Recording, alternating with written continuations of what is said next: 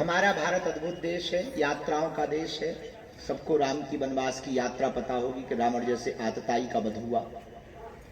केवल राम जी की ही यात्रा नहीं, आदि जगत गुरु शंकराचार्य की वो चारों मठों की यात्रा स्थापना की, जिससे आज हिंदू समाज को मंदिरों की एक ऐसी व्यवस्था मिली जहां पर वो एकत्रित हो सकता है। केवल आदि जगत गुरु शंकराचार्य भगवान भर की यात्रा ही नहीं, पांडवों की वो 12 वर्ष की अज्ञातवास की यात्रा भी थी, जिससे उन्होंने महाभारत के समर पर विजय प्राप्ति के एक योजनाबद्ध तरीके को पाया।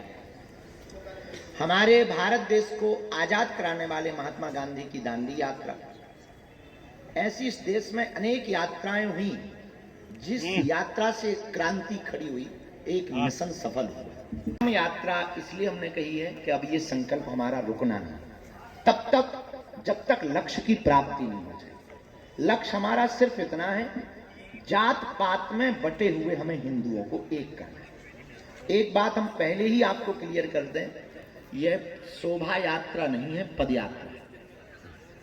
इसलिए आज ही हमने, जब हम मंच पर चढ़े तब हमने कहा भी था, और आज ही गाड़ी में तो नहीं पर प्रातः काल हमारे मन में गुरु प्रेरणा से जो विचार आया था, पूर्व में भी हमने एक दो बार विचार किया, हम आपकी मीडिया के माध्यम से बाकी बातें तो हम बताएंगे कि कौन कौन आ रहा, कहाँ कहाँ जा रहे हैं। हमने इस पद यात्रा के लिए प्रथम तो ये विचार किया है कि आज से आगे तक जब तक हम पद यात्राएं कर रहे हैं, तो पद यात्राओं के अंतर्गत या पद यात्रा में हम कहीं भी फूल माला पहन करके स्वागत हिंदुओं का स्वीकार इसलिए नहीं करेंगे जब तक यह हिंदू राष्ट्र नहीं बन जाएगा, जब तक इस देश से छुआछूत नहीं मिट जाएगा। और प्रत्येक पद यात्रा में हम पादुका नहीं पहनेंगे, ये हमने विचार किया और संकल्प किया। फूल माला ना पहनने का और कोई कारण नहीं, 2-3 साधारण से कारण है। एक कारण तो ये है कि कुछ ना कुछ त्यागना चाहिए।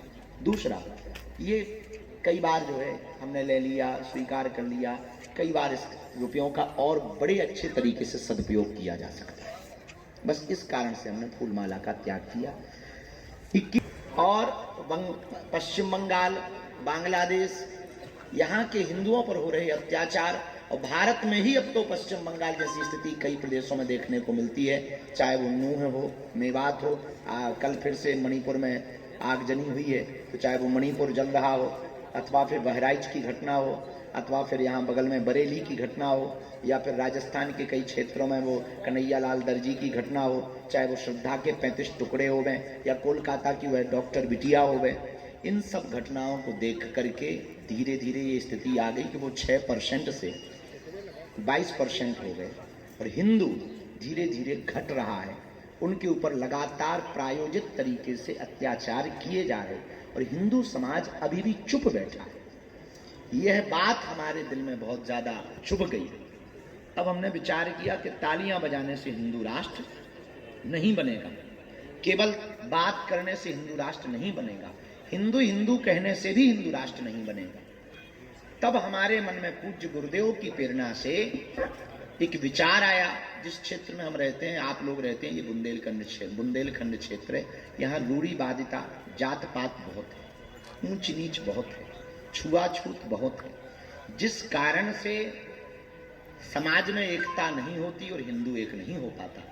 तो हमने प्रण लिया है, हम हिंदुओं को जात पात से ऊपर उठाने के लिए 160 किलोमीटर की प्रथम पदयात्रा बागेश्वर धाम से राम राजा ओरछा तक 21 नवंबर से 30 नवंबर तक करेंगे।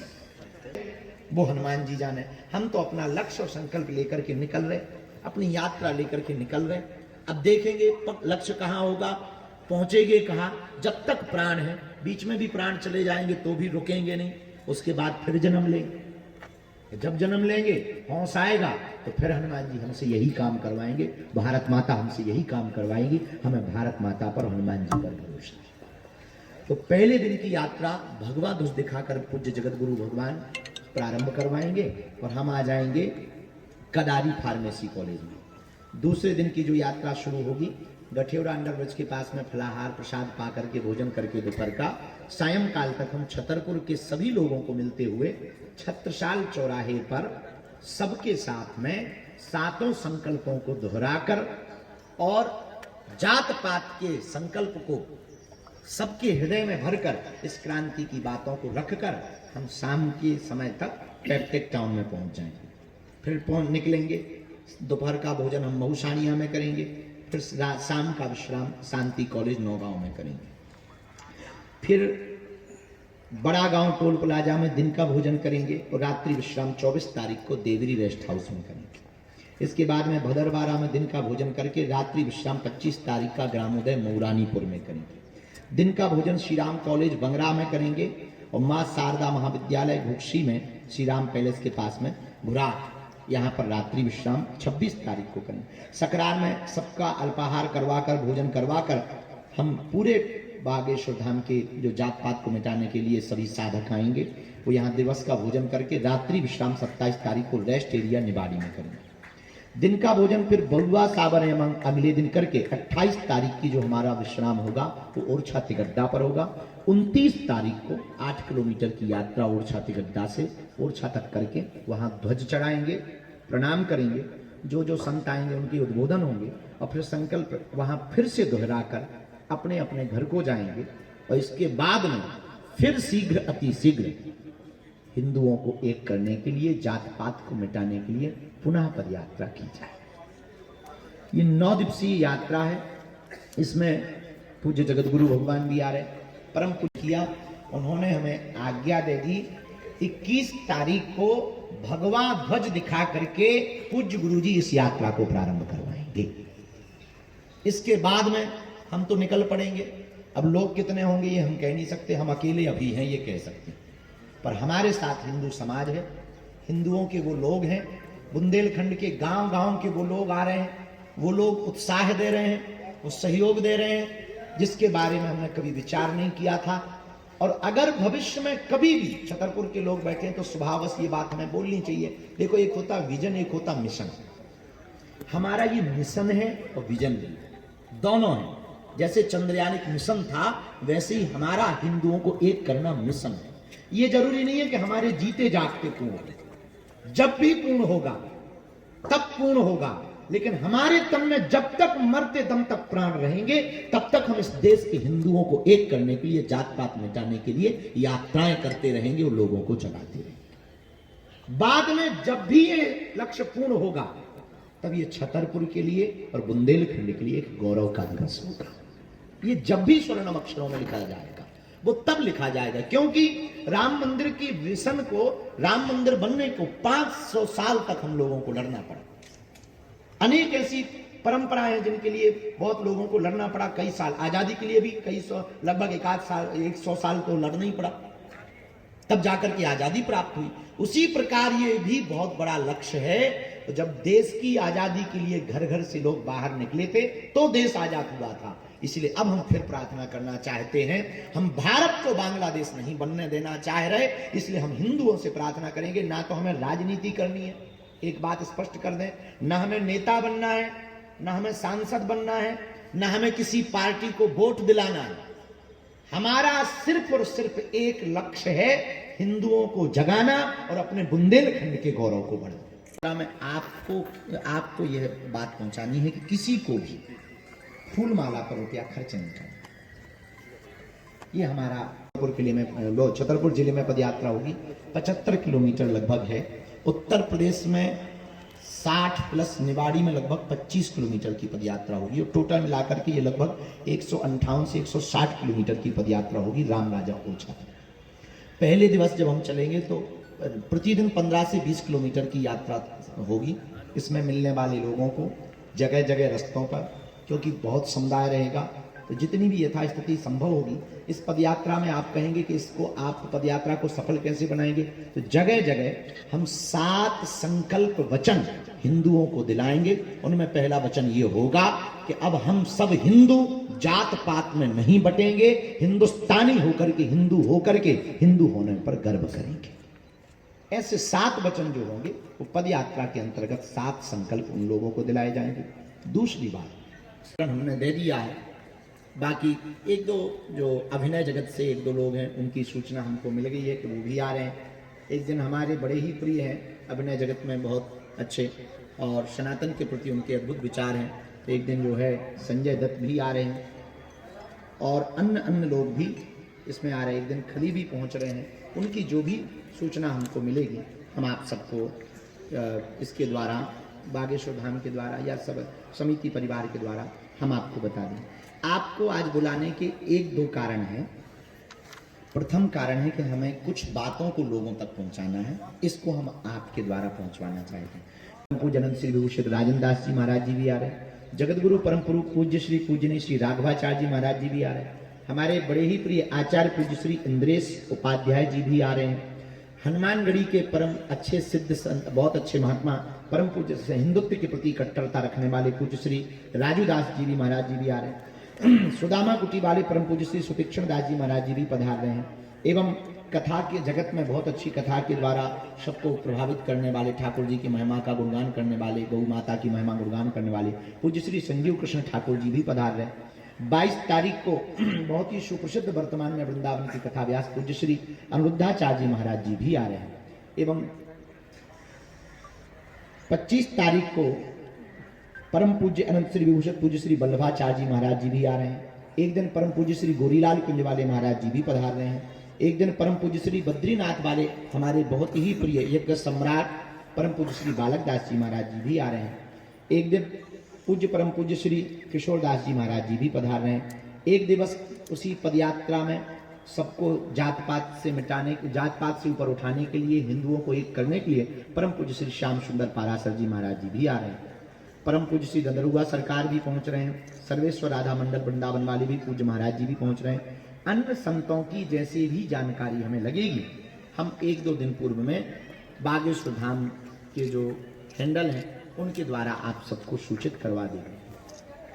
किसी अन्य जगह सेवा सदुपयोग में, पानी में, भंडारे में, फलाहार में वो लगा देना तो किसी का पेट भी भर जाएगा और ये दक्षिणा भी व्यर्थ नहीं जाएगी, हमारा संकल्प भी पूर्ण हो जाएगा।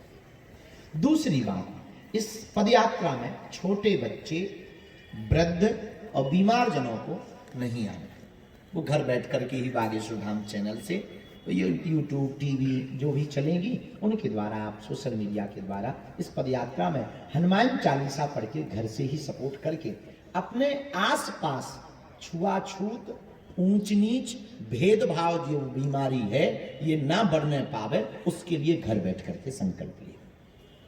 तीसरी प्रार्थना, जो भी आवे उनको रबड़ के जूते चप्पल पहन करके ही आना है ताकि पैर ना कटें और आपको कोई कष्ट ना होवे, क्योंकि जितने भी लाखों लोग आएंगे उन सबकी जिम्मेवारी हम सबकी है, तो उनके स्वास्थ्य का और उनका ख्याल रखना हमारा परम कर्तव्य है। तो जूता चप्पल पहन करके आ सकते हैं। अब किसी की अपनी भावना है तो वो अपने भाव से, फिर आपकी अपनी निष्ठा है, निजी निष्ठा है, पर हमारी तरफ से आपको स्वतंत्रता है, क्योंकि अभी यात्राएं रुकनी नहीं। एक ही बार में तुम्हारा पाँव में छाले पड़ जाए तो दोबारा में क्या कर। आगे बात ये है उनका चेक करना। हाँ जी महाराज जी, हाँ जी, जिस तरह आपने वैदिक परंपरा का अनुसरण करने वाले, वैष्णव परंपरा की मान्यता को पूर्ण रूप से मानने वाले हमारे इस देश के शंकराचार्य, हमारे देश के महामंडलेश्वर, अगर हमारे हाथ में होता तो हम आज ही घोषणा कर देते। किस तरीके जितने शंकराचार्य मठों के आचार्य हैं हम उनसे प्रार्थना करेंगे सामाजिक समरसता के लिए, सबको एक करने के लिए बेझिझक इस प्रकार की व्यवस्था होनी चाहिए। हम ये नहीं कहते कि कौन होना चाहिए, हम ये कहते हैं कि इस देश में ना दलित है, ना पिछड़े हैं, ना बिछड़े हैं, तो सब होने चाहिए। जब हम हिंदू ही बना रहे हैं तो फिर कौन इसमें दलित बच रहा, कौन इसमें पिछड़ा बच रहा? जब हम ये मैटर ही खत्म कर रहे हैं तो फिर तो सबको मिलना चाहिए अधिकार, और वर्तमान में ऐसा अधिकार सब जगह होना प्रारंभ भी हो गया। तो हमारे शंकराचार्यों से और आचार्यों से भी प्रार्थना है, इस बात पर बहुत पुरजोर तरीके से व्यवस्था पर हम सबको समर्थन करना है कि इस देश में अब ना कोई दलित है, ना कोई पिछड़ा है, ना कोई बिछड़ा है, ना कोई ब्राह्मण है। जब सब हिंदू हैं तो हिंदू ही मंदिर का पुजारी है। हमें इसका कोई ज्ञान नहीं है, जितना पता लगता जा रहा उतना करते जा रहा। कितना प्रभाव पड़ेगा हम ये नहीं कह सकते। हम कट्टर हिंदू हैं, 2 आदमी भी जगेंगे हमारी यात्रा सफल हो जाएगी। हेलो, भगदड़ की जगहों से बचें, भीड़ भाड़ की जगहों से बचें। स्वागत देने वाले, अथवा पहली बात तो स्वागत की अपेक्षा नहीं है, हमें तो भिक्षा देने, और भिक्षा में हमको जात पात मुक्ति की भिक्षा चाहिए, ऊंच नीच भेदभाव की भिक्षा चाहिए। फिर भी आने वाले जितने श्रद्धालु हैं उनके प्रति आपके मन में उदारता है और कुछ प्रसाद पवाना है, तो कृपा करके बंद पैकेट के ही कुछ चीजें, पार्ले जी हो गई या नमकीन हो गए, ऐसी बंद चीजें पैकेट या फल हो गए, उसी को वितरित करवाएं। खुली हुई चीजें, बनी हुई चीजों में कई बार विशेष प्रकार के षड्यंत्र रचने वाले लोग उपद्रव कर देते हैं। उससे किसी भी प्रकार से ना तो लोगों को कष्ट होवे, ना किसी भी प्रकार से यह पद यात्रा को धर्म विरोधी खंडित कर पाए। इसलिए कृपा करके फल अथवा पैकिंग वाली वस्तुओं का ही वितरण करें। विश्राम की जगह पे भी भगदड़ न मचाएं, प्रसाद पाने वाली जगह पर भी भगदड़ न मचाएं। हम प्रतिदिन इस पद यात्रा में प्रातः काल 7 से 8 के बीच में जब प्रारंभ करेंगे, पहले दिन की 10 बजे के बाद होगी, बाकी प्रत्येक दिन की 7 बजे से 8 बजे सुबह से पदयात्रा प्रारंभ होगी। उसमें एक बार सामूहिक हनुमान चालीसा पाठ और राष्ट्रगान के साथ हम सब जो है इस पदयात्रा को प्रारंभ करेंगे। इसलिए राष्ट्र ध्वज जो भी लेकर आवे, धर्म ध्वज जो भी लेकर के आवे, वो उसका सम्मान बनाएंगे, क्योंकि हमारे लिए धर्म और देश दोनों सबसे ज्यादा महत्वपूर्ण है, इनसे बड़ा कुछ भी नहीं। इसलिए राष्ट्र ध्वज का सम्मान और धर्म ध्वज का सम्मान आने वाले जितने भी हमारे परिवार के लोग हैं वो जरूर बनाए रखें। हम इस अपनी पदयात्रा में एक और श्रद्धालुओं से अपील करेंगे, कोई भी अस्त्र शस्त्र लेकर के न आए, क्योंकि ना हमें गुंडागर्दी करनी है, ना किसी को मारना है, ना किसी को काटना है। ये विचारों की क्रांति खड़ी करनी है। हमें विचारों से लड़ना है, तलवारों से नहीं लड़ना है। हमें विचारों से लड़ना है। इसलिए कोई भी श्रद्धालु हमारे प्रति उदारता रखने वाले, हिंदुत्व के प्रति उदारता रखने वाले, देश के प्रति उदारता रखने वाले, और जो सच में इस देश में जात पात ऊंच नीच भेदभाव को मिटाने की जिज्ञासा रखते हैं, उन लोगों से विशेष प्रार्थना है, किसी भी प्रकार का अस्त्र शस्त्र आपको इस यात्रा में नहीं लाना है। और जब भी पदयात्री यात्रा में चलें तो मिलने वाले गांव, पिछड़े बिछड़े लोगों को पहले गले लगाएं और उनको वो साफ संकल्प दिलाएं जो हम आपको पदयात्रा के प्रथम दिवस दिलाएंगे, जो आपको सोशल मीडिया पर भी प्राप्त होंगे। और पहला संकल्प तो भूल ही मत जाना कि भैया हम सब हिंदू एक हैं, और इसका स्लोगन है, जात पात की करो विदाई, हम सब हिंदू भाई भाई। ईसाई, यहूदी, पारसी, कोई भी हमारी यात्रा में सम्मिलित हो सकता है जिसका लक्ष्य यही हो, जात पात को मिटाने का, भेदभाव को मिटाने का, ऊंच नीच को मिटाने का अगर लक्ष्य है तो हमारी इस पदयात्रा में स्वागत है, हमें कोई दिक्कत नहीं है। अगर ये लक्ष्य नहीं है तो फिर हम कहेंगे मेरे अंगने में तुम्हारा क्या काम। तिलक, चंदन, शिखा, चोटी ये रखने का और लगाने का, तिलक लगाने का सबको अधिकार है। इस पदयात्रा में फूल, हम तो 2 रुपया का फूल नहीं बुक किए हैं। क्या ये सत्य है कि 200 कुंटल फूल आ रहे हैं?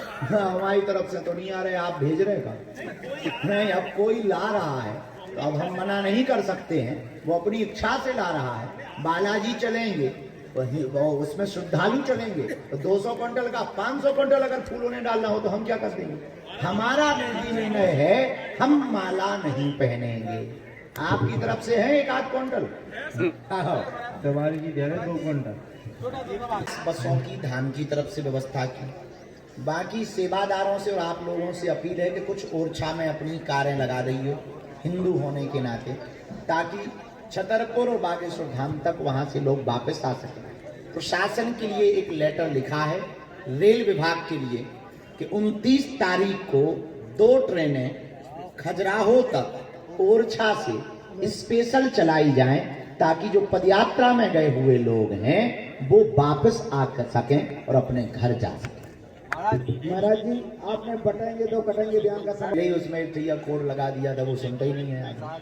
अगर उन्होंने राजनेता होने के नाते बयान दिया है तो हमारा कोई कमेंट्स नहीं है, पर अगर उन्होंने एक मठ का महंत होने के नाते बयान दिया है तो बटेंगे कटेंगे बहुत बढ़िया है, क्योंकि अगर हिंदू बटेगा तो चीन वाले या पाकिस्तान वाले काटेंगे। महाराज जी, आज सबसे ज्यादा नहीं, हम जब जातियों को मिटाकर 2 जातियां बनवा देंगे हम लोग, गरीब को और अमीर की, तो सब अपने आप मामला निपट जाएगा, 10 आंदोलन छेड़ने की जरूरत ही नहीं पड़ेगी, एक में ही काम हो जाएगा। जब प्रधानमंत्री अपना मित्र हो जाए तो मुख्यमंत्री तो अपने मित्र बन ही जाएंगे। एक ऐसा ही उपाय है। उसी लिए ये एक उपाय है कि अगर हम 2 जातियां बना देंगे, एक अमीर की एक गरीब की, साफ व्यवस्था ठीक हो जाएगी और देश बहुत तेज गति के साथ विकास करेगा। हमें लगता है आने के बाद। चलो सुनो, हम इस देश से दलित नाम ही मिटाना चाह रहे और आप फिर दलित ठोक रहे। या तो हमें लगता है कौन नेताजी ने आप पहुंचा दिया। मजाक कर रहा है। I am very very sorry. चलो उत्तर सुनो। क्या किसी पिछड़े बिछड़े जिनको समाज से हमेशा अपेक्षित रखा, दूर रखा, उनके घर पर बागेश्वर बाबा भोजन करेंगे? हम इस देश के सफाई कर्मचारी के घर पर आज और अभी और इसी वक्त भोजन करने को जा सकते हैं। वो वैष्णव परंपरा और कट्टर हिंदुत्व को मान करके आगे बढ़े। हमें इस देश में ना कोई छोटा दिख रहा, ना बड़ा दिख रहा, ना कोई दलित दिख रहा है। हमें इस देश में सिर्फ और सिर्फ कट्टर हिंदू दिख रहे हैं। महाराज जी धर्म के ठीक व्यवस्था जोड़ रहे, कथा से जो कछु हमने जोड़ लो तो हम फूंक रहे, क्योंकि हमें हिंदू जगह हूँ। तो हमने भैया कुछ आटा रख लो। ओ बेटा सुन तो ले, हमने कुछ आटा खरीद लो, कुछ हमने सब्जियां खरीद ली, कुछ चीलन्हा आज्ञा दे दी। तो जगह जगह लोग सब्जी पूरी व्यवस्था करी जा रही। दोनों टाइम खवा भी बेटा, उतने जरूर आइए तो 4 बार खवा। आने वाले सभी 1 लाख लोगों को भोजन की व्यवस्था धाम परिवार, धाम के सेवादार, धाम की पूरी समिति और धाम के सभी शिष्य मंडल जगह जगह कर रहे हैं। दूसरी वाली ब्रेकिंग न्यूज ना चला रही हो, क्योंकि भीड़-भाड़ में थोड़ा मोड़ा चलता रहता है। उसमें अब कैसे, अच्छा एक बात और, बुरा ना मानना, आप लोग हमारे, जितनी हमारी जिम्मेवारी है जातिवाद को मिटवाने की, उससे अत्यधिक आपकी भी जिम्मेवारी, क्योंकि आप सब समाज से, पढ़े लिखे समाज से आते हैं और आप देश की सत्यता को आगे नहीं बढ़ाते हैं। तो इस देश में अवरोध है जातियां, तो जो हम काम कर रहे हैं, हमें लगता है हम आपका ही काम कर रहे हैं। अगर आप इसमें और सहयोग करेंगे तो हमारा काम हल्का हो जाएगा। महाराज जी हमारा सवाल। तो अब इस संकल्प को काटा नहीं जा सकता। पूरे देश में मैसेज चला गया, प्रशासन की अपनी व्यवस्था भूमिका पूरी हो गई। अब इसको बदलेंगे तो बहुत सी चीजें चरमरा जाएंगी। भविष्य में खजुराहो वाले बागेश्वर धाम आवे अभी इस यात्रा में, और भविष्य में फिर खजुराहो वालों के साथ बैठकर हम फिर एक नई यात्रा का संकल्प लेंगे। महाराज जी ये वो हिंदू हैं जो रामचरितमानस को जलते देख रहे हैं। ये वो सोए हुए हिंदू हैं जो राजस्थान में गाय की पूंछ को काट कर धर्म विरोधी हनुमान जी के ऊपर चढ़ा देते हैं और हिंदू कुछ बोल नहीं रहा। कौन सोया हुआ हिंदू है जो श्रद्धा के 35 टुकड़े हो गए पर इस देश में एक भी फतवा जारी नहीं हुआ हिंदुओं ने मांगने के? कौन सोए हुए हिंदू हैं? वक्फ बोर्ड की 2005 तक महज कुछ हजार एकड़ जमीन थी, आज 8.5 लाख एकड़ जमीन हो गई, फिर भी हिंदू चुप बैठा है, फिर भी हिंदू कायर बना बैठा है। वो सोया हुआ हिंदू। कौन सोया हुआ हिंदू है? जो 500 सालों से राम की लड़ाई को कोर्ट में लड़ रहा था, राम के राज्य में और राम की जन्मभूमि के लिए और राम के ही भगत और अपने ही भगवान को जिताने के लिए कोर्ट में जा रहे हैं। कौन सोया हुआ हिंदू है? वो सोए हुए हिंदू हैं जिनके भगवान कृष्ण गीता आदर्श है। उन भगवान कृष्ण को भी जन्मभूमि में बैठने नहीं दिया जा रहा। कौन सोए हुए हिंदू हैं? वो सोए हुए हिंदू हैं कि बहराइच में गोली मार दी जाती है। कौन सोए हुए हिंदू हैं? कोलकाता की डॉक्टर बिटिया को मार दिया जाता है रेप करके और विधर्मी भाग जाते हैं देश से बाहर और देश में एक भी फतवा जारी नहीं होता। कौन सोए हुए हिंदू हैं? वो सोए हुए हिंदू हैं जो गजवाए हिंद सुनकर के भी चुप हैं और उनकी जबान तक नहीं खुल रही है। कौन सोए हुए हिंदू हैं? वो सोए हुए हिंदू हैं जिसने आदर्श जैसे छोटे बच्चे 8 साल के बच्चे और हेमराज जैसे 9 साल के बच्चों को धर्म विरोधियों ने चाकुओं से मार दिया। हिंदू की मुंह से चूं तक आवाज नहीं निकली। ये सोए हुए हिंदुओं को हमें जगाना।